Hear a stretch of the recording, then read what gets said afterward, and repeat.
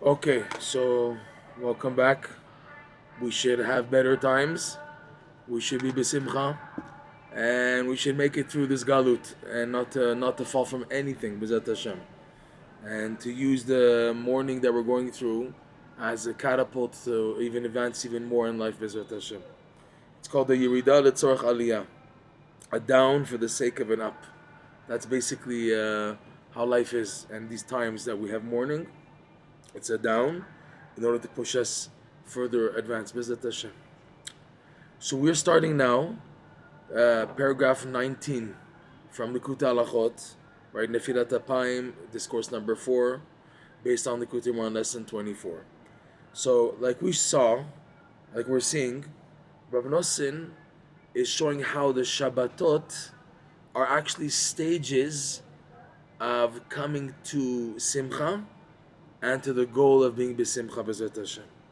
So he went to Shabbat Shkalim, Shabbat Zachor, and Shabbat Zachor is like really connected directly with Purim. And after Purim, you have Shabbat Para, and after Shabbat Para, Shabbat HaChodesh, and then we enter the month of Nisan and get ready for Pesach, B'ezrat Hashem. So each Shabbat is like one stage, one level. Shkalim, Shabbat Shkalim, is the stage to activate the power of the Shkalim, which is the simcha of doing mitzvot. Shabbat Zachor is to activate the power of subduing Haman Amalek, who's the atheistic ideas drawn because of plurality, right? And that's why Shkalim, which are also numbers, there's a multitude, there's many coins, many numberings, but they're all rooted in the Beit HaMikdash. It's money to go towards the building of the Mishkan, the temple, and the tabernacle, and also the korbanot and the Torah, which is to reunite everything to Hashem's unity. So that subdues the atheistic ideas of the heretics, of Haman Amalek people, and that's also the Simcha of Purim. And now Shabbat Para. Just a point, you know, why is it so slow, the process? Like every Shabbat is one point. You couldn't do everything in a package. And number two, why Shabbat? Why do we need Shabbat to do this preparation? So number one, that's how it is in life, that everything is slow. Advancing in life takes time.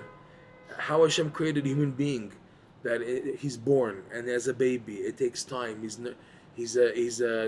He's being nursed with the milk, and then until he begins to walk and begins to talk, and then begins to know how to read and then to write. Everything is slow. Everything is slow, and you would think, Hashem, why do you need this? Why a man, he has 70, 80 years, and most of it is wasted on just things that are just taking time to develop. Why is it, it's like so unnecessary? If the goal is to perceive you, Hashem, make it faster. And the answer is no. That's how Hashem wants things. Hashem knows the main place where a person grows is when things are done, in a sense, slowly. You would think the opposite. You would think, no, if to advance, you have to advance, and then grow and grow. But Hashem is showing us in life the main place where you do grow is in those areas that took a lot of time. And that's how it is. Hashem wants to reveal that the secret to growth is in the pushback, is in being delayed, in the ma'akev, in the waiting. That's where you grow.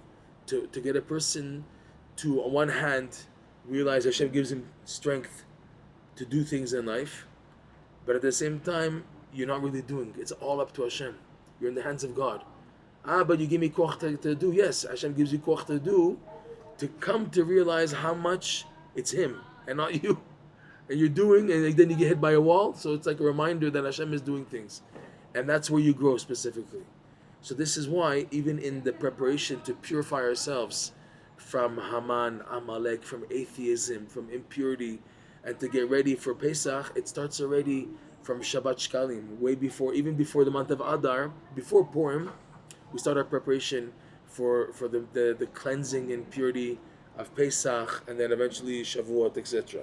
So this is why it's slow. Now Shabbat is because Shabbat is a gift every week of a regular Jew accessing a super high level. In fact, Shabbat is a time that you access Again, each person according to how he's prepared, the infinite light. Every Shabbat, you have a foretaste. It's called Mein Olam Haba. It's a foretaste of the world to come, meaning that's a foretaste to have access to this infinite light, which is above your level. So Shabbat is like a boost up. That's where things take place. When you have that boost from above your level, which is the idea of Shabbat, then you can work on rectification. Then things can be advanced. That's why on Shabbat everything is enhanced. The food on Shabbat enhances you. The Torah study on Shabbat enhances you. The davening on Shabbat enhances you. The singing and happiness on Shabbat, it's all much more greater than doing these things during the week. The eating of the week, fine, in and out. But Shabbat, everything is holy. Every detail of the Shabbat meals is holy. The Torah study, it's like the Rav Chaim Vital writes, thousands of levels different than the learning of Torah during the week. Okay? And the Simcha of Shabbat, receiving Shabbat with Simcha and singing the songs of Shabbat, it's a Simcha level which is meant to be above everything else. There are times we have rough times on Shabbat, that's understood. That's according to your preparation, right? According to how it was during the week, that's how your foretaste of Shabbat will be B'ezrat Hashem. But everything takes place on Shabbat. So the sages instituted the main preparations to cleanse a person through Simcha to reach the infinite light. They established once a year for a person after going through the darkness of the winter, or a person is really negative, the long dark nights and cold. In certain places it's cold, it's winter, and it's like a gloomy picture. And most people by the end of the winter, like they need a break. They need summer to come, right? Summer's here, we want winter to come. Where winter's here, we want summer to come. It's like we're not happy with how we are because there are challenges. So the end of the summer, of the winter, into digressing into the spring and summer where it's light, a lot of sun, and the idea of light, which is clarity. So to transition to that, we need this preparation of the 4 Shabbatot, including within them Purim, and then prerequisite for Pesach. So we went through the stages of Shkalim, Zachor. Okay, now Para. It's one thing on Zachor, we know who our enemy is, and by locating that it's Amalek, it's the heresy inside that causes us to be so attached to death, and also the atheistic ideas. So we need to cut that. Shabbat Shkalim prepares for the battle to actually cut Amalek. So reciting Parshat Zachor, Parshat Amalek, on the Shabbat Zachor before Purim is actually subduing the evil. Okay? Now once you subdue evil, so it's not automatic that now you can purify yourself. It's not like, okay, you get rid of the problem and then automatically things will fix. Because we're so sick spiritually, it's one job to subdue the evil, and it's another job to begin to purify us from the damage done. That requires another Shabbat, and that's the Shabbat after Purim, called Shabbat Para. Shabbat Para, Rabbi Nachman teaches in another lesson that Pur and Para, it's the same letters. You have Pei Reish in Purim, and you have Pei Reish in Para. Here you have a Vav. Purim, like it says in the Megillat Esther, Al Shem HaPur. The reason why it's called Purim, which is plural really, Purim, lots, is because of the Pur, the lot. He cast a lot, a lottery that Haman cast. He pil Pur. So Pei Vav Reish is the root of the word Purim. And then from Pur, Rabbi Nachman teaches, is made Para. For sure there's a lot of Kabbalah. What's the Hey in Para? And why does it separate between the Pei and the Reish? Like Purim, you have Pei and a Vav and a Reish. There's a lot of Kabbalah in that. Okay, fine. That's not what we want to go into though. But he says that it sounds similar because from the Simcha of Purim, that now leads you to the purification of Para. And like we said, Purim already starts technically from Shabbat Zachor. Shabbat Zachor, reading the subduing of Amalek, is now that's like the preparation to give you the boost to receive the Simcha of Purim properly. Once that, and we're still impure on Purim, we're not yet pure. We need Shabbat Para, which gives the green light done on Purim and Shabbat Zachor, of finding the enemy, locating him, wiping him out. Now I can work on building the purity now, okay? That's Shabbat Para. So he says like this, Rav Nosson, paragraph number 19. ואחר כך קוראים פרשת פרה שהיא מטהרת מטומאת מת. Like Rav Nosson is just so straightforward, no questions. It's clear that this is what happens. Afterwards, we read the Parsha of Parah. The Parsha of Parah, reading the Parsha of Parah itself on the Shabbat after Purim, metaheret mitumat met, purifies us from the impurity of death. The impurity of death, like we said in the last class, Sitra Demota, that Haman, Amalek, and the atheistic ideology that try to separate the plurality, the numbers from the singularity.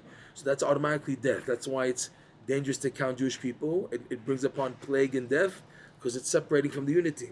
Okay? So now the damage done, that there is a death tendency in the world due to impurity, due to Haman Amalek atheistic ideology, due to a lack of simcha connected to the infinite light. Okay? Now we're fixing all this. So Shabbat Parah, Parashat Parah, purifies from the impurity of death. Pshat, simple meaning, is someone who, in the time of the Beit HaMikdash, came in contact with a corpse, so he needs to have sprinkled upon him the ashes, a water mixture with the ashes of the red heifer. Okay, that's the tumat met of physically. But here, first of all, today we're all tamemet until Mashiach comes and there's the third temple, and it'll be re-revealed the red heifer, and they'll do it properly in the Beit HaMikdash with the right qualifications, the right holiness, the right tzaddikim. Until then, we're all impure with the impurity of the tumat met. Even if Hashem were to send the temple now, we can't go in. We have to be purified, okay? Sorry. So, but that's the physical tuma. But our spiritual tuma that we're going through, that we're influenced by it. We're influenced by this impurity of a type of a heaviness and a darkness that tends to fight us every single day. We try to be happy. We try to fight back. We try to get up. But there's always this battle and feeling the heaviness of the impurity of death in the world.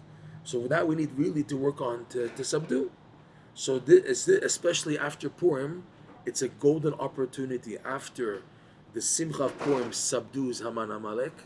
So we're able to now on Shabbat Parah, B'ezrat Hashem, to rebuild to a level to receive the Pesach, the light of Pesach every year anew.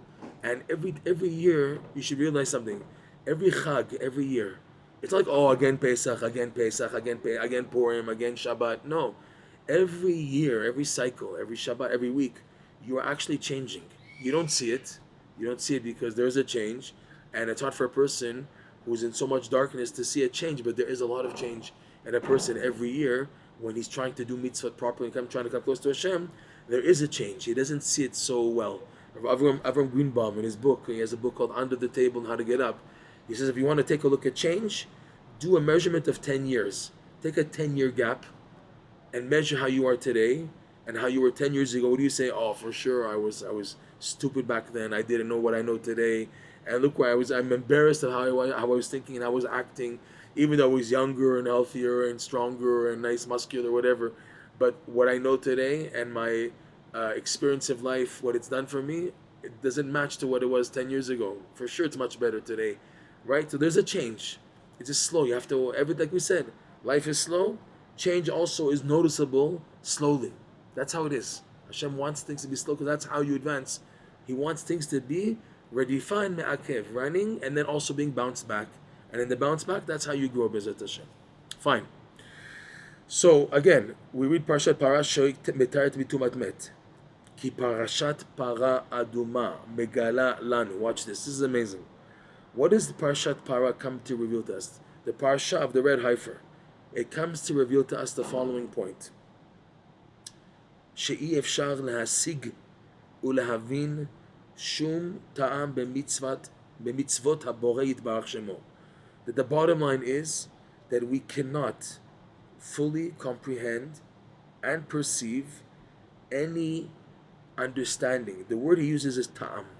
Ta'am literally translates as taste. Taste though means like a meaning that has taste.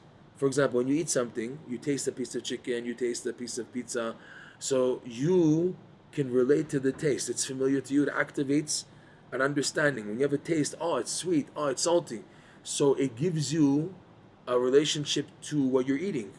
So also understanding where you, oh, I got this, I grasped it. That's what's called ta'am, because it's a taste that gives you a connection to it. But the source of the mitzvot, and especially this mitzvah, the red heifer, is so high because it's basically an extension of the infinite light. Like we said, if you remember, mitzvah. This applies, we're saying now, to all the mitzvot, but especially to the red heifer, the paraduma. Mitzvah has hidden in it yud ke vav ke, right? Vav he, mitzvah. The vav he is the vav he from yud ke vav ke. And mem tzadik, when you do what's called atbash, if you remember, there's the 22 letters of the Hebrew alphabet and you fold them, 11 here and 11 here. So when you do that, the mem and tzadik on this side correspond to yud k on this side, the yud and the k. Mem tzadik yud k. So I've hidden in the mitzvah a connection to Hashem, meaning a connection to the infinite light. So if now a mitzvah is connected to Hashem's infinite light, how do you in the world expect, with your limited, your finite existence and wisdom, to fully understand the mitzvah? How do you expect to understand tefillin? Black boxes. Okay, there's the halachic derivative of the oral Torah, why it's black, why it's square. But do you know what's flying? Do you know what's flying? It's like there's a story. Rabbi Nachman had a student, Rabbi Gershon. Rabbi Gershon, or the son-in-law or the grandson of the Maggid of Trovitza. He was one of Rabbi Nachman's disciples, and he gave him a rectification for 1 year, not to talk to anybody for 1 year. And it was very difficult because he couldn't talk to his wife, his father-in-law, anyone, only words of Torah and prayer. So people were he was going insane because they were also going nuts about him. And they were driving him crazy. What is this? What is Rabbi Nachman giving you to do? Not to talk 1 full year? And they were so pressuring him that he was about to go out of his mind. And Rabbi Nachman, with his Ruach HaKodesh, saw what his disciple, Rav Gershon, was going through. So unexpectedly, Rabbi Nachman traveled to the house of Rabbi Gershon. He lived with his in-laws, okay? And he knocked on the door, and when they opened, they see Rabbi Nachman himself. They flipped out. They were shaking. And he came in, and he rebuked the wife and the father-in-law. He says, tell me, if a Jew now is taking leather straps and wrapping them around his arms and putting the box, and a goy sees this, a goy Gentile who doesn't know anything about tefillin, phylacteries, doesn't know, you don't think that in his eyes it's nuts also? What is it in the eyes of a villager from the Ukraine, East Ukraine, who's never seen a Jew before, never seen tefillin, okay, and you all of a sudden see someone putting on these straps? How does it look in their eyes? It looks like he's crazy. What's this guy doing, putting on leather straps on his arm, right? We do it because out of Emuna. But in the eyes of a person who looks from the perspective of this world, it seems totally crazy. What's he doing? What in the world? Putting on leather straps like that on the arm and a box here. What is this? Okay? So he said, so too, do you have any clue what I'm telling my disciples to do? Do you know the deep meanings behind it? You don't know. So why you interfering? Why you interrupting? Why you making it hard for him? He's trying to do something I told him to do and butt out. And they were shaken and they took his word. They said, yes, we're sorry and everything. But this hashkafa, this perspective, applies to all the mitzvot of the Torah. It's true. There's Sefer Chinuch, for example, tries to give you the meaning behind why you're doing the mitzvot. Okay, but there's a limit. There's only so much that you can explain. And then there's more questions. The more you delve into mitzvot, you have more questions, and there reaches a point where you can't understand every single detail. As much as the halacha and the Gemara and the Zohar and the Kabbalah and the Midrash explain the mitzvot of the Torah, there's areas that you have to just have Emuna, okay? By paraduma, it sticks out already from the beginning. Already from the beginning, there's questions. How could it make pure the impure and make pure the impure the pure? You know what in the world? Shatnez also, shatnez. You're not allowed to mix wool and linen. But when done with the tchelet, the real tchelet strings, which we don't know 100% today, we're assuming there's assumptions that's this and that, whatever. But if you have the full force tchelet, then you're allowed to wear wool and linen together. We have a linen garment, linen garment, and you have wool strings, and there you can join shatnez. You know what's going on? You say not to mix them together, and then you put them together. It's like in many cases the Torah gives of things like, for example, a man to do yibum, to marry his dead brother's wife when there's no children. What, a man to marry his brother's wife? What in the world? She's forbidden now, and now she's permissible. It's like two opposites in one. That the mind, or there's certain mitzvot, they're called chukim. He's going to go into this, a chok. That you're not allowed, you already these questions from the beginning. Rabbi Nosson is going to say this applies to all the Torah.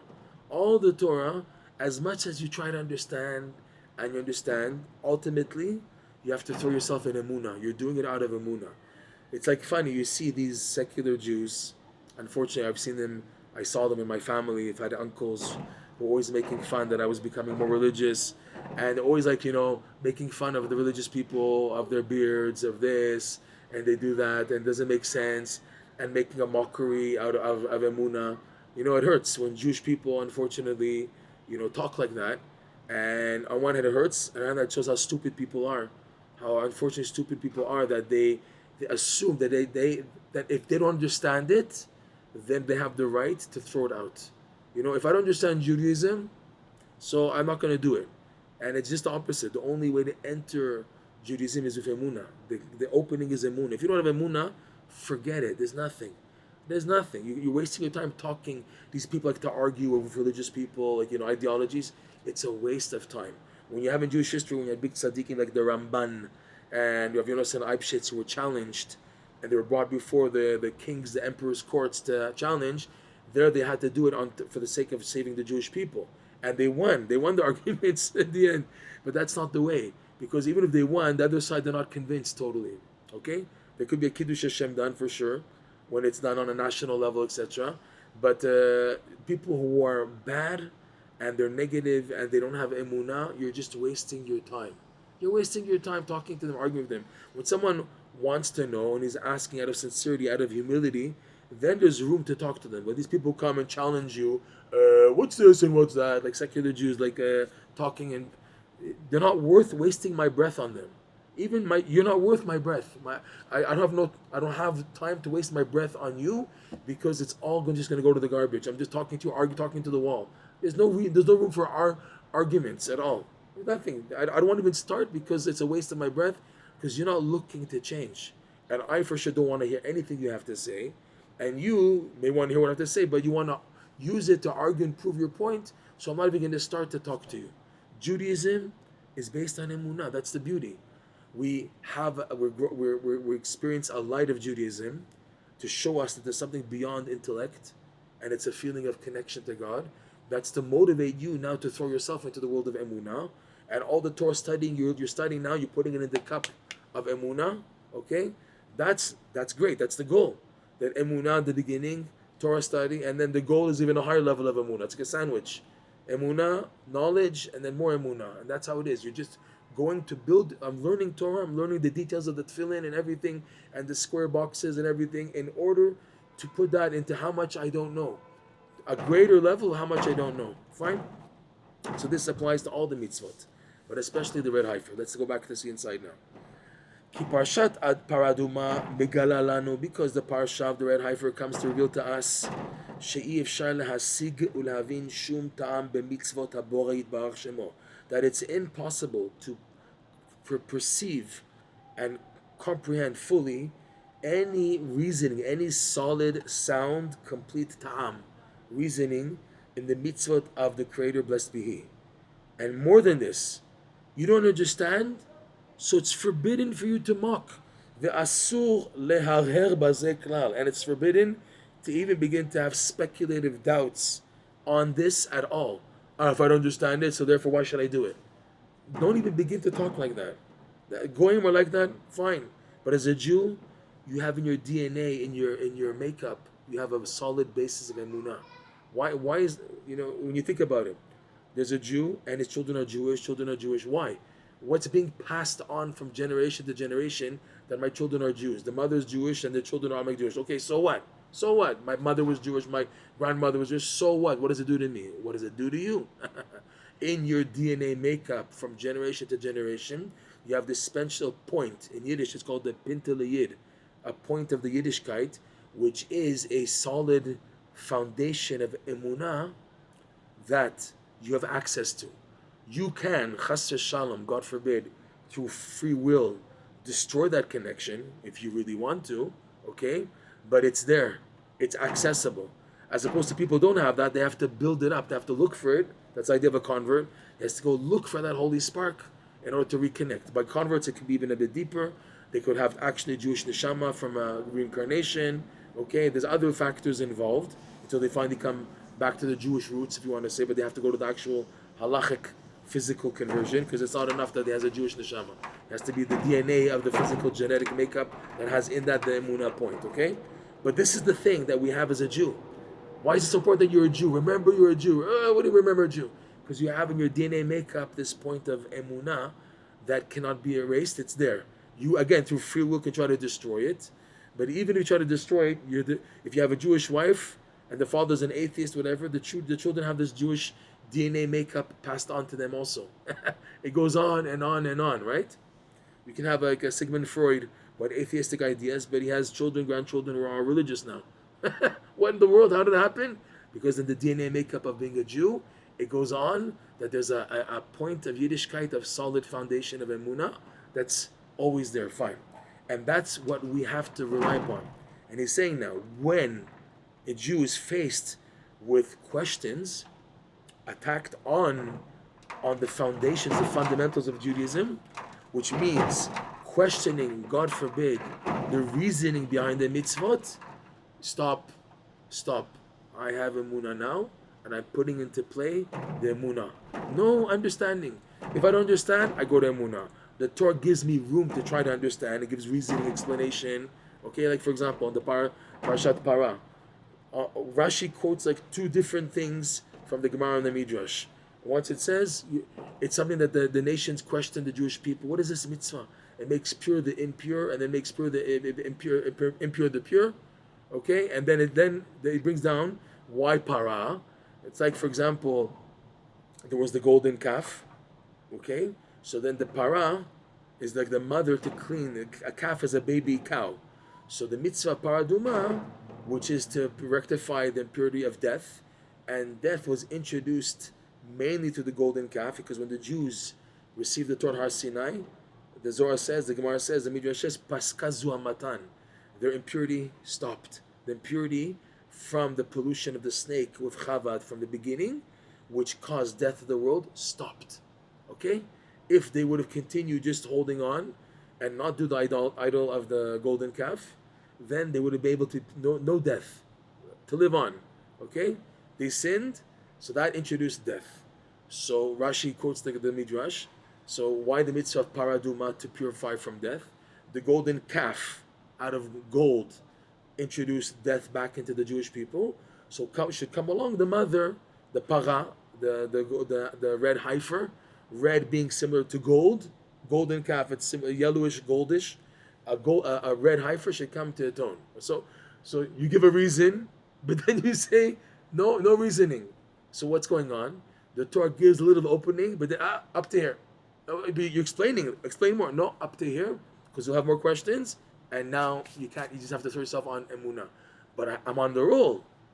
The Torah says up to here. I can give you permission to understand. Even that you can question and have doubts, and therefore, even when I'm giving you an explanation, you have to accept it with Emuna. You understand it. There's a logic behind it, a rationale, but it's limited with the Emuna. Fine. Okay, let's go back inside.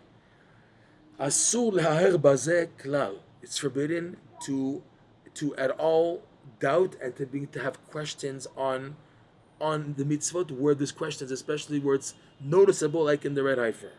Kumo shekatuv, like the verse says in Parshat Chukat, which deals with the laws of the red heifer. So it starts, the opening verse, the second verse, and the Parshat Chukat starts like this: Zot Chukat HaTorah. The following is the laws of the Torah.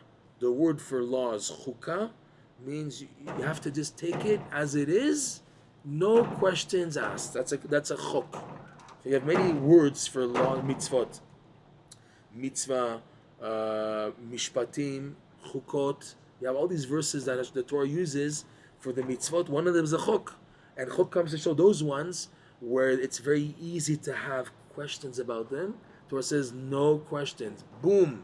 Except with Emuna. You've accepted me, your Lord, Hashem, as your God. I took you out of Egypt, okay? There's Emuna. So now I order, using that Emuna, now mitzvot, where there's no rationale, no logic. And even if there's a little bit of opening to understand it, still, you go back into Emuna. Fine. Zot chukat Torah. Uchmo sheperesh Rashi.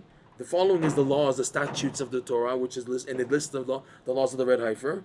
And like Rashi on the spot explains, Uchmo sheperesh Rashi sham, like this: Lefisha Satan ve'umot ha'olam monin et Yisrael ma mitzvah azot u'ma ta'am yeshba. Since now the Satan and the nations of the world, the nations being the nations who are like always attacking the Jewish people and making fun of them and mocking them, since the Satan and the nations, monin, what a funny word. Monin is like missing an aleph. It's like ona'ah. Ona'ah means to cause pain, to like entice them, to make the Jews feel bad. They try to make the Jews feel bad, and they ask, what is the meaning? What is this mitzvah that it makes pure the impure and makes the impure pure? What is this mitzvah, and what is the reasoning behind it? Okay, umat ta'am yeshba. Again, what reasoning is there? So, this mitzvah, like we said, sticks out more than any other mitzvah that doesn't make sense. It doesn't make sense to make pure the impure and pure the impure. Impure the pure, doesn't make sense at all. Funny, I just want to point out the word used by Rashi and the Midrash is monin. Monin, it says means like ona'ah dvarim, to mitzaer, to cause pain. But monin also means to count, and this ties in what we spoke about in the beginning of the shkalim, that the idea of you count through the shkalim in order to prevent plague and evil eye. Right, that was the blemish of King David, that he counted the Jews directly, and that introduced plague into the Jewish people, and they started to die because of counting. Right, monin. So the nation, the Satan and the nations, they start questioning because the mitzvah is not clear, and we're living in a dimension of multitude of many. So the atheists and the nations and the Satan, they have room for options in questioning the mitzvah. It's like a one solid unit of a mitzvah. It's a mitzvah within a dimension that we're in this world where there's many. So there's room to question because maybe it's this or maybe it's that. So there's room for numbers, for numberings. So there's room for God forbid a doubt. Maybe it's not this. Maybe it's not that. Okay, maybe it's like jumping around and it's not solid. So that's the word monin, which means to count also. But literally, the pshat is it means to make mitzaer. So he says the Satan, he's not a physical person, but he's the evil force that causes doubts for Jewish people. You might wonder, since when does the paraduma bother me? In my daily living, I'm not bothered by the paraduma. You're not. But the Yetzirah uses as its basis, and the nations as their basis, things like this, to say just like this is questionable, so too everything else in life is questionable. You want to question Hashem, you can question other areas, what was before and this and who created. But we can't even say, repeat chas v'shalom, the ideology of philosophy, how bad it is. Because once you start thinking about the question, you're stuck. And you're stuck for good. And even if there's an answer, like Rabbi Nachman says, the answer is not satisfactory. It's always leaving you in doubts. So it's so dangerous, even thinking, philosophical thinking, and it gets you stuck when you start it. You have to daven not to even ever enter that domain of philosophical thinking and everything. Okay, it's really, really bad because it gets you stuck, chas v'shalom. So the Satan and the nations, they use, in other words, there's room for them to attack you, whether it's a Satan inside or the nations of the world with their attitude of no, you do what you want, enjoy yourself in this world. The ultimate basis comes from the paraduma, because they found an opening of something so questionable, even though the Torah is saying it's a chok, okay? But they read it literally, a red heifer and everything, and that is the opening for the rest of their perspective in life, which that, yes, begins to attack you. Why do I need this? My friends, they go out on Shabbat, they have fun, and here I'm stuck, I have to go to shul, I can't do what I want. Like we're growing up a religious Jew, or someone who does tshuva, and he has secular friends. So they go out, they have fun. The best cartoons they say used to go on Saturday morning. We don't watch TV. I'm religious, right? And you're losing out. The best. Where did you see that? I saw it on Saturday morning on the cartoons. And the guy lost out. So I'm religious. I don't watch cartoons. Come on, man. So the room for making you feel bad about your Judaism, where does it start from? It starts from the paraduma. That's why Rashi is saying that he says, לפי שהשטן ובטלה מונין ישראל, they monin. They start the counting, like we said. The counting of heresy and atheism, it comes from this mitzvah, paraduma. Because the idea doesn't make sense. What, you make pure the impure, and impure the doesn't make sense, doesn't fit in. Okay? לפי שהשטן ואומות העולם מונין את ישראל, מה המצווה הזאת ומה טעם יש בה? What is this mitzvah? And what is the reason behind it? Like, what is this mitzvah? The Midrash gives an example, Midrash Tanchuma. It's like an atheist, like a goy, asked, let's look inside maybe, just inside, so you see the wording. It's like very funny, the wording of this Midrash Tanchuma, Parshat Chukat, section 7. 1 second. So here, Chukat. משלח. תביאים ההוא, ונדבר זה, ונדבר דו ידו. שעלה. הנה.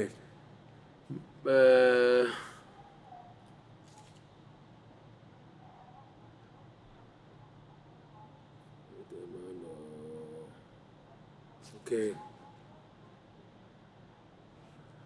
מעשה בגר אחד. There's a convert who asked Rabban Yochanan ben Zakkai, these things that you do seem like witchcraft.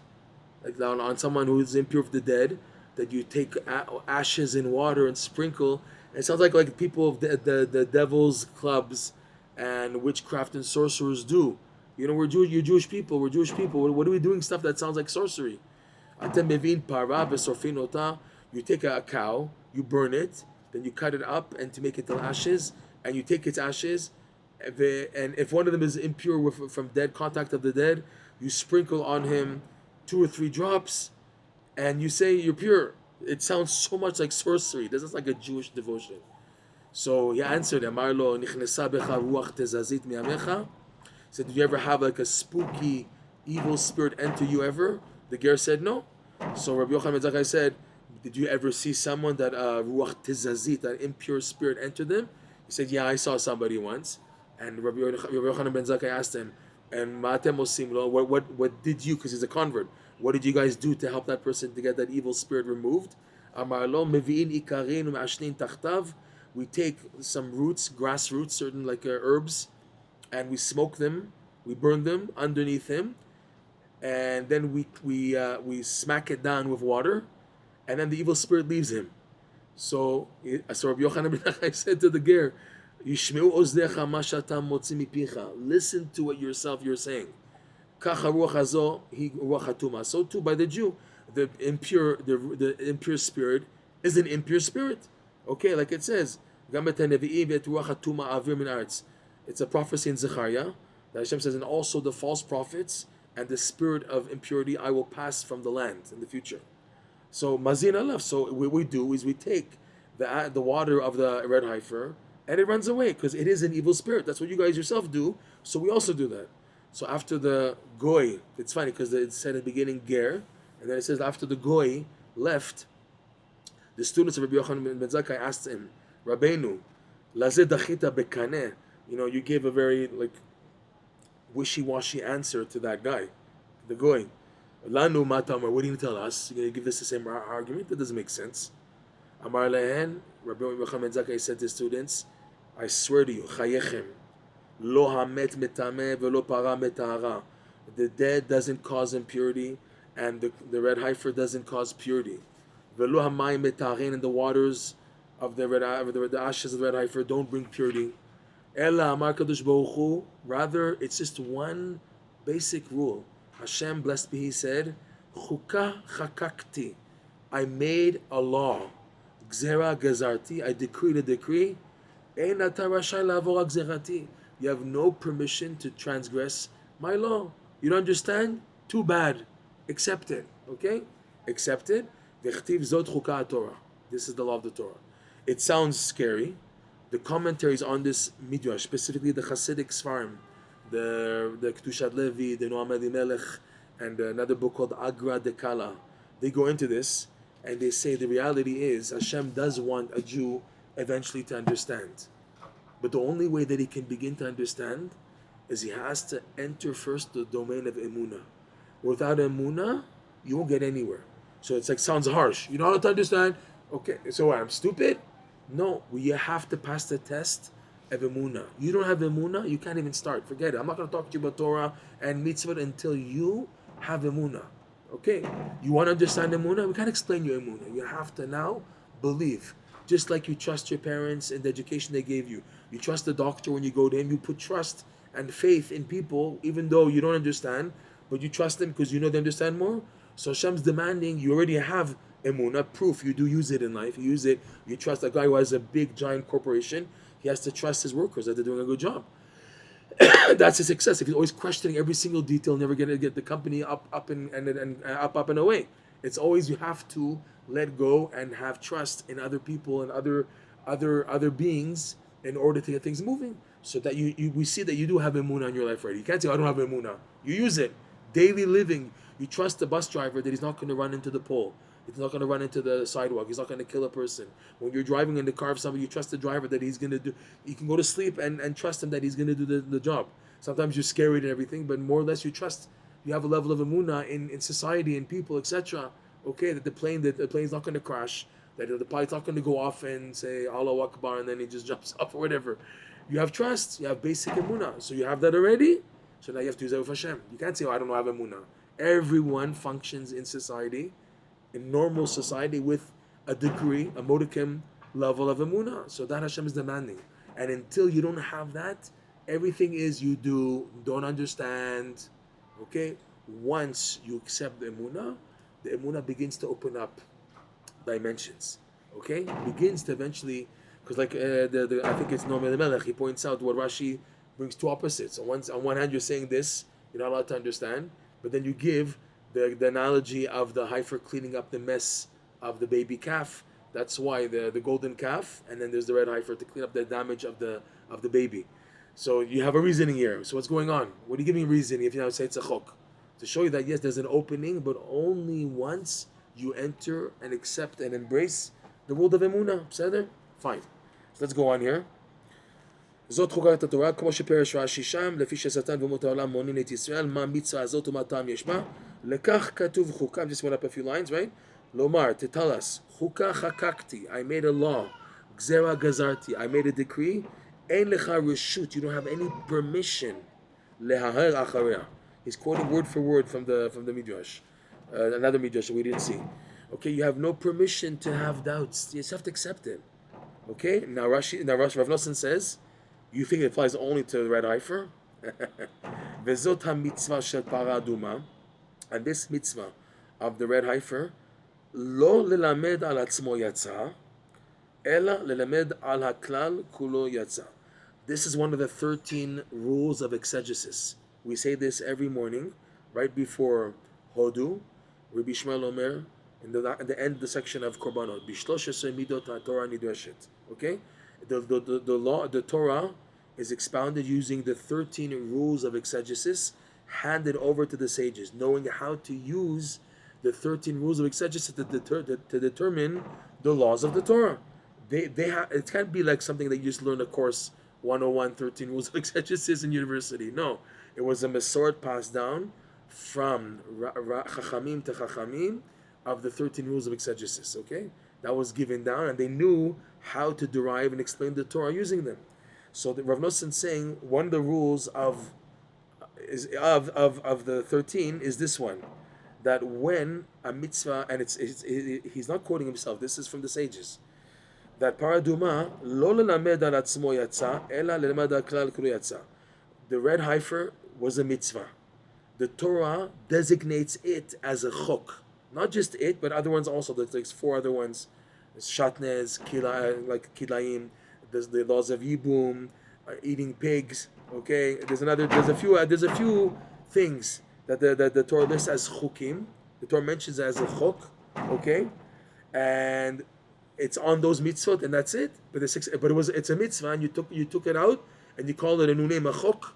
So once you do that, there's a rule in the 13 rules that once you take out one of an item, so you learn things about it. So guess what? It's no longer just on that item you took out, but on the whole grouping that it was part of that you took it out from. What you just applied onto it applies to the whole group. So that's what it says here.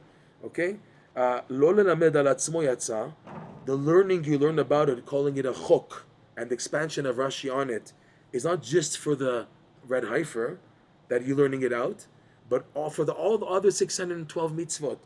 Ela lemed al aklal kulo yatsa.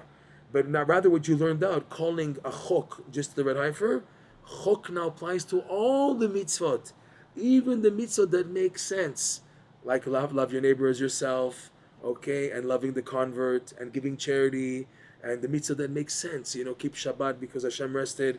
So now on those mitzvah that make sense, guess what? You're not doing it because it makes sense. You're doing it because Hashem ordered you to do it. And by the way, the Torah gives you reasoning to understand it. But why am I doing it? Not because it makes sense. I'm doing it because of an Emuna. My cup is Emuna. In that, the Torah allows me to understand it. Fine. You're giving me an opening. Thank you, Hashem. But you ask me, on what am I running? What's my diesel? What's the fuel in me doing the mitzvah? Emuna. Period. I do it out of Emuna. You explain me nice. I go to a class. I understand the mitzvah of this and that. Oh, wow, bravo. But now my functioning, Emuna. Period. That you give me additional understanding. Thank you. I appreciate it. I understand more. Thank you, Hashem, for opening the doors. But I'm functioning on Emuna because I know ultimately we can't understand anything. The mitzvah of Shabbat, the mitzvah of loving. Like it says, there's mitzvah that makes sense. Like the 7 laws of Noach, they make sense. But as a Jew, I'm not doing them because they make sense. I'm doing them out of Emuna. And then, by the way, the Torah already gives an opening explanation. Nonetheless, I do it out of the cup of Emuna. Okay, it's like that's an amazing story, just to give the idea. Rabbi Nachman had a student, Rabbi Chaim. And Rabbi Chaim was explaining to Rabbi Nachman how a person of the proper knowledge can hold a snake without getting bit. So Rabbi Nachman said, oh really? Rabbi Nachman took his handkerchief from the table and he threw it to the floor, and his handkerchief turned into a snake, and he told Rabbi Chaim, okay, grab it. And Rabbi Chaim quickly grabbed the snake, and Rabbi Nachman said, don't hold it because I told you to. Hold it because you know how to hold it. And Rabbi Chaim refused. He says, no, I'm holding it because you told me to hold it. Even if it's a snake, it's going to bite and everything. I'm doing it out of complete Emuna. Period. That's what I'm doing it for, okay? That's the idea of a Jew. The diesel I run on, the fuel I run on, is Emuna. And that you give me explanations in the Torah, fine, bravo. I love it, Hashem. I appreciate it. I have a brain, and the faculty of the brain is to try to understand. So I accept, thank you, Hashem. But I know that it's a chok. Ultimately, I will reach, if I rely on the understanding of the mitzvah to do it, so that I will chas v'shalom reach a point where I get stuck in understanding it, and then I built everything on doing it out of understanding, and then boom, I get crashed. I don't understand anymore. So you reach a point where you're stuck. You're trying to understand every single detail, the meaning behind it, and you're working because of that. Okay, this applies today even. There are people who they want to be convinced why to be observant. They want to have like a rationality explanation. The first class has to be, Habibi, my friend, you have to have Emuna. You have to jump in. That's where education really should start. Educating people, you need a foundation of Emuna and to work on that, and that's the key for everything else. Without this, we can talk about mitzvot and open a course and everything. Forget it. It's not going to move in life. If you don't have this foundation of Emuna, it's not going to move in life at all. Okay? So going back. So the mitzvah paraduma is not only that called the chok, but all the 613 mitzvot are called mitzvah, are chokim, laws without rationalization. Legalot ulehorot al kol mitzvot haTorah she'asur lehaher achar ha'ta'amim klal, to reveal to us and to instruct us on all the mitzvot of the Torah, that it's forbidden to begin to make speculative calculations and reasoning and understandings after the reasonings behind the mitzvot. The Torah gives you offering, the commentaries, the Chumash, the Mishnah, the Gemara, the Midrash, the Zohar, the Kabbalah, Chassidut. They open up, wow, it's amazing how it makes sense. Right. But you're not doing it because of that. You're doing it because of Emuna. Okay? There's no running after the Ta'amim to do. My fuel is doing out of Emuna. And once I have that established, what comes my way to understand, I take it in. Okay? I'm not going to run, oh, let me try to understand this, try to understand that. It doesn't work like that. Listen, in learning Torah, there's a mitzvah to lechaded et hasechel, to sharpen your mind, to understand the maximum you can. But the cup always is Emuna. The cup is Emuna. When I close the books and everything, I go to my daily living, that's where I am. Who I really am is when I'm able to close the books and function now based on what I'm learning. Now we see where you are, where you're holding. We see how you are in the supermarket, on the bus, on the street, changing diapers, talking to your wife. That's what we see where you are. We see who you really are. Not when you're like in the world of learning and studying. Beautiful. It's now when you close the books, what's now functioning? That's Emuna. The whole purpose of all the Torah study is to enhance the Emuna here. Okay? Fine. Valken, gam shara mitzvot nikraim chokim.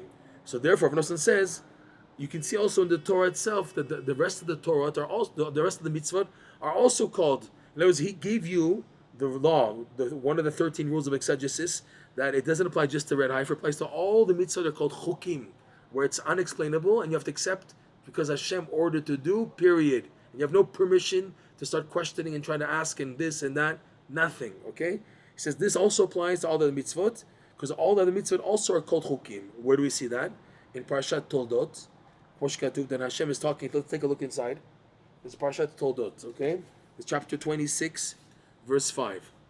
So there was a famine in Eretz Yisrael.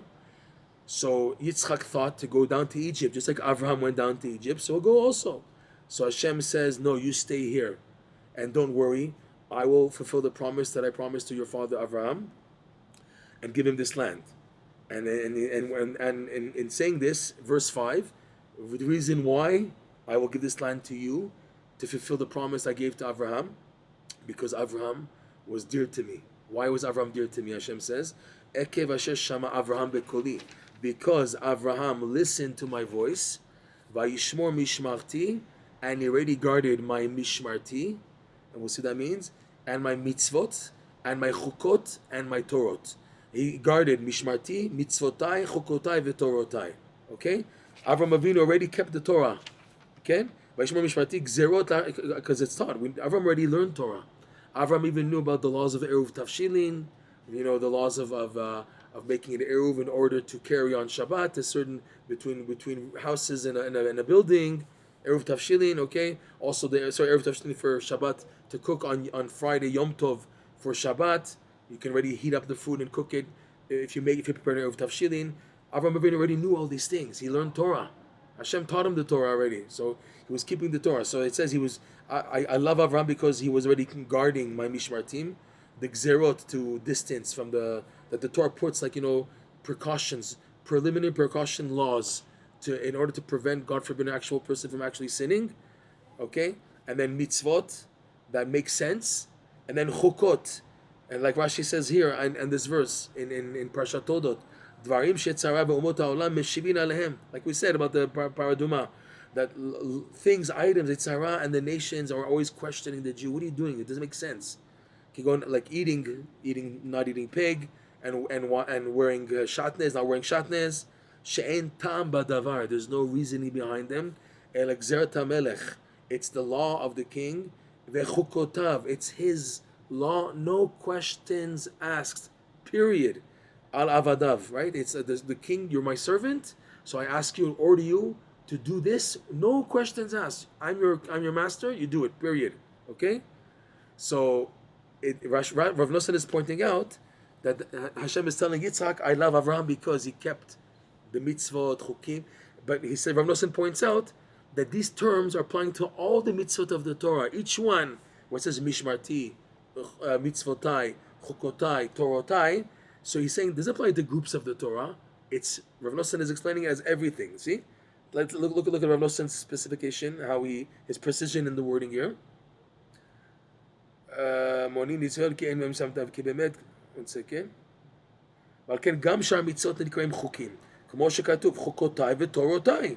Right? My statutes and my laws, my Torot, the written Torah, the old Torah. Uperesh Rashi, Gamsham. Rashi also says there, such as achilat chazir, vishat shatnez, v'chule, shemot haolam monin yisrael ki ein b'hem shum tam v'chule.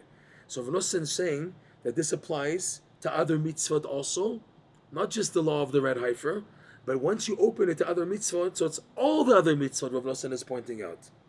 Ki be'emet ta'amei ha-mitzvot ne'elamim v'nistarim. Because the real truth is the meaning behind the mitzvot. Even those mitzvot that the Torah gives you permission to understand. It opens the door for you to understand why this and why that. You can try to figure out a little bit, okay? But the real truth is, the real hidden meaning, the ultimate meaning behind the mitzvot is totally cut off. It's totally hidden and concealed. And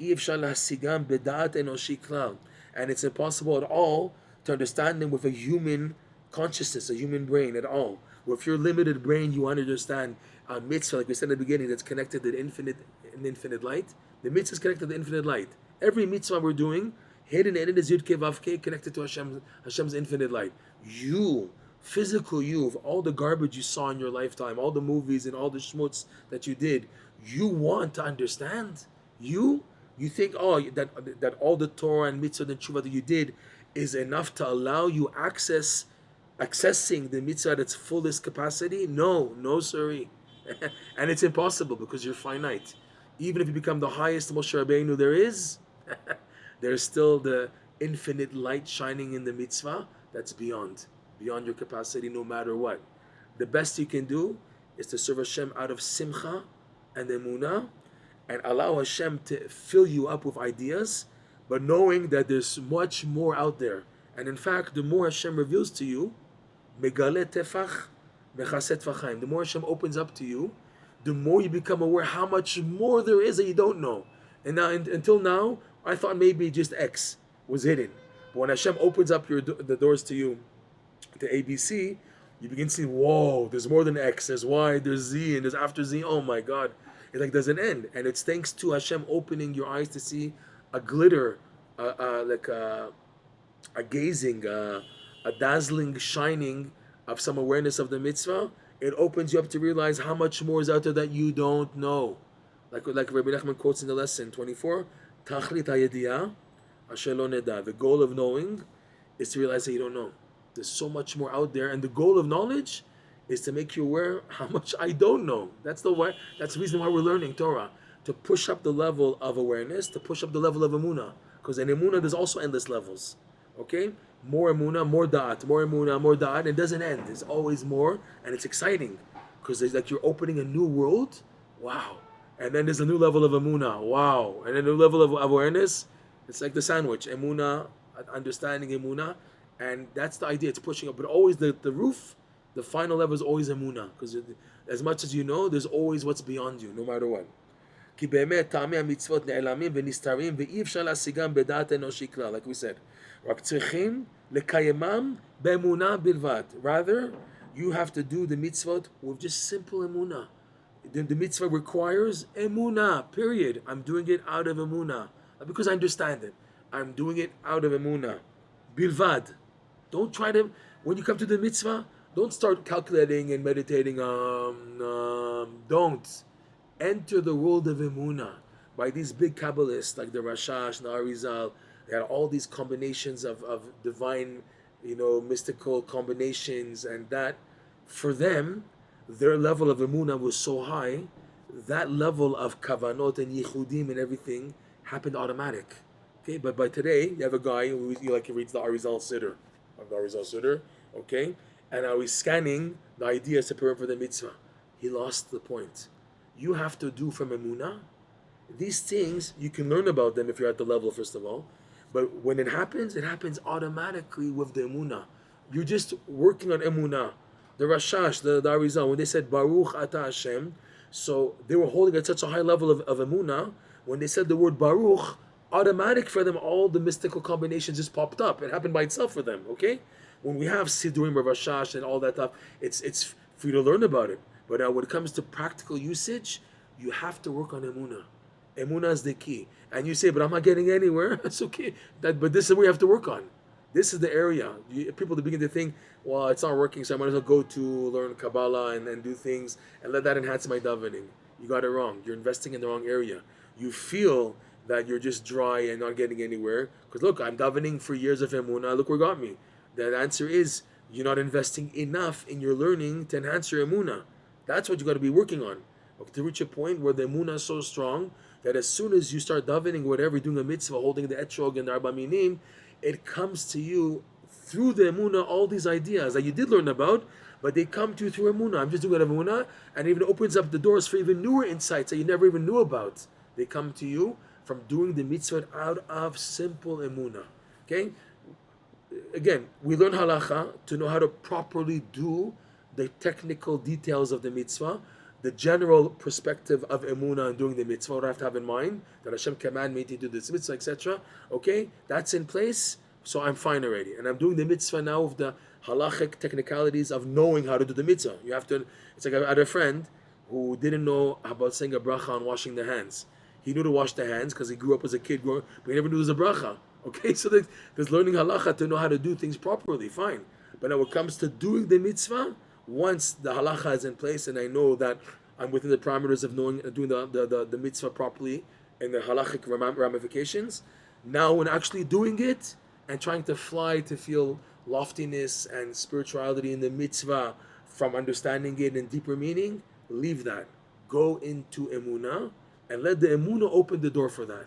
Because the guarantee is, if you do that, you will gain much, much, much more than if you were to take an intellectual pursuit. By that, you probably are not gaining it all. You think you are, but you're not. But whereas if you take the attitude of Emuna and let it fill you up, you can reach levels, okay?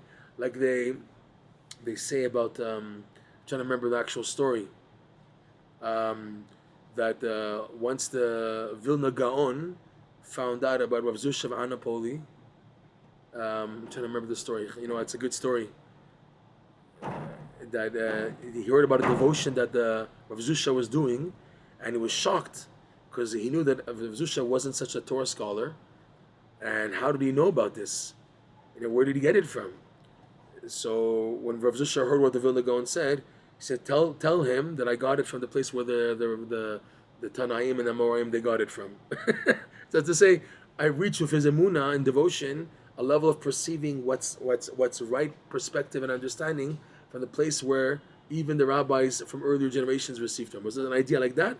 And it was to show how he was doing his devotion out of pure Emuna and Simcha, again, not against halacha, within the parameters of halacha, and he reached a level of perception. Okay, let's try to finish this paragraph because it goes on. He's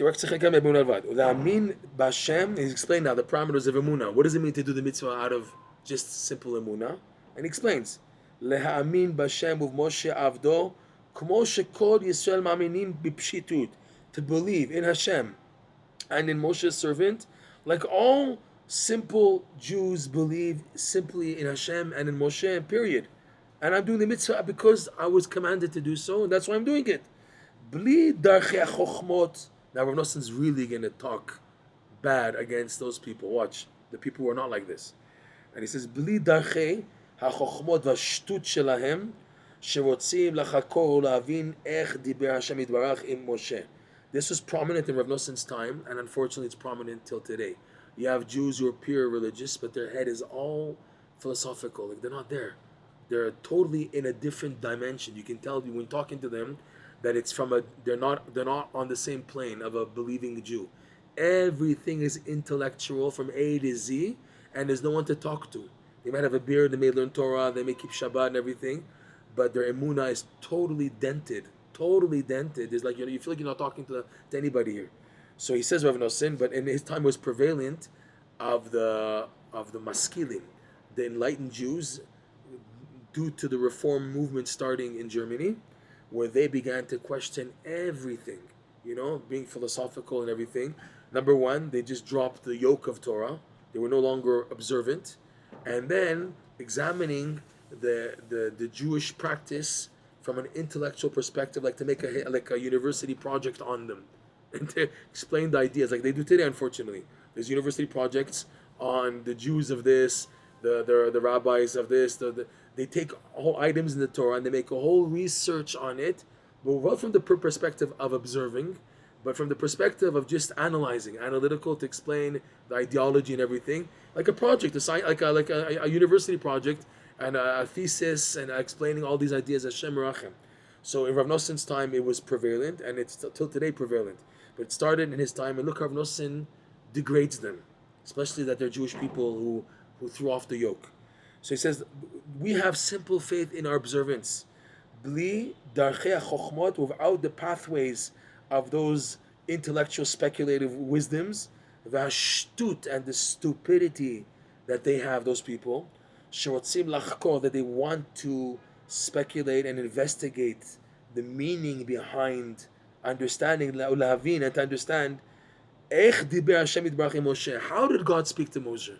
They want to try to explain it rationally. What was the connection between the Spirit of God speaking to Moses and explaining it through rationale? Chas v'shalom, God forbid, to even think about it. But this is how they tried. This is where they're coming from the philosophical perspective. So now, how did it happen? They want to analyze in reading the story of the Torah of God speaking to Moses. So how did it actually happen? What spirit came in? Was it a spirit of folly? Was it like, God forbid, these ideas? But they want to, that's their research. And how did Hashem speak to Moshe Rabbeinu? Sha'asur la'alot al aktav. We're not, it's forbidden even to write. He doesn't want to write it even, Rav Nosson. It's forbidden even to write their hypothesis and their assumptions. Mikosheken ala pen, all the more so even to talk about it. Not just to write about it, even to talk and mention it. Divrehem, their words, just to even quote them is wrong, is bad, and is not proper. Their words, v'deotehem, and their perspectives, their understandings, hazarot, their strange foreign understandings. The word of goes all the way. Vasruchot, and filthy ways of thinking. Vametunafot, and totally like filthy and disgusting. Hamelein kitzoah, who are filled, their words are filled of excrement. Yoter beit hakiseh, more than a bathroom. Look how far Rav Nosson went to degrade the perspective of all these people who explain the Torah from a rational perspective. It's filth. It's 100% garbage. Don't say, oh, well, this professor says like this. Don't even quote them. Don't start with these people, bringing them in. It's all filth. 100% filth, because they're missing the fundamental point of Emuna. So nothing counts. Nothing counts at all. Rav Nosson goes on. Ve'ein sirchon, and there's no stench. Ve'reach ra, an evil, bad smell. Garua mehem, worse than them, ba'olam, in the world. The people who take the Torah and try to analyze it from an analytical perspective, not through Emuna, that is the lowest. You know, you have Buddha, you have Hinduism, you have Christianity, you have religions. Okay, we know we have to be away from them. Okay, and we understand they don't understand us. That's why they are the way they are. But when the Jewish people, they try to detach from their DNA Emuna, and then they take on the philosophical Mabat perspective of the Torah, there's nothing worse than that. You're in. You had everything. You had everything, and now you decide to take an intellectual perspective of things and try to understand everything, and Emuna is just cast away totally. You had everything, and because you had everything and you choose to go 180 degrees, so it's considered that you have just absolute waste, excrement. Unbelievable. It's like the worst thing. It's the worst. It's ich. It's like the most damaging people to the Jewish people are the Jews themselves, who have taken the Torah and use it as an analytical approach. Even if they appear with a beard and a kippah and everything, all the more so when they don't, for sure, they've lost it. And he says there's nothing even to mention good about them. And that's what we have to be, we have to stop from. We're going to stop here.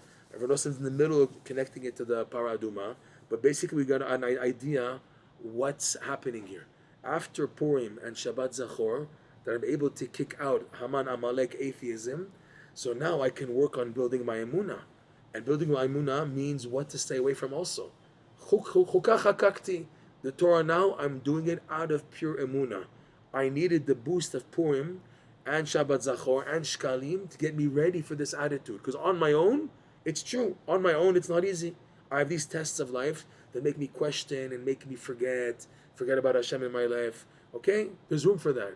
So thank God we have, in the transition of the cold, gloomy winters where things seem dark, the nights are long, and the Emuna is like in a dark situation. So this boost, this major chesed Hashem gave for the Jewish people as a whole, to keep Shabbat Shkalim, Shabbat Zachor, Purim, and then Shabbat Para, as a preparation now to rebuild the Emuna B'ezrat Hashem. Okay, we'll stop here, and B'ezrat Hashem. Thank you. Thank you, Baruch Hashem. It was amazing. All the best.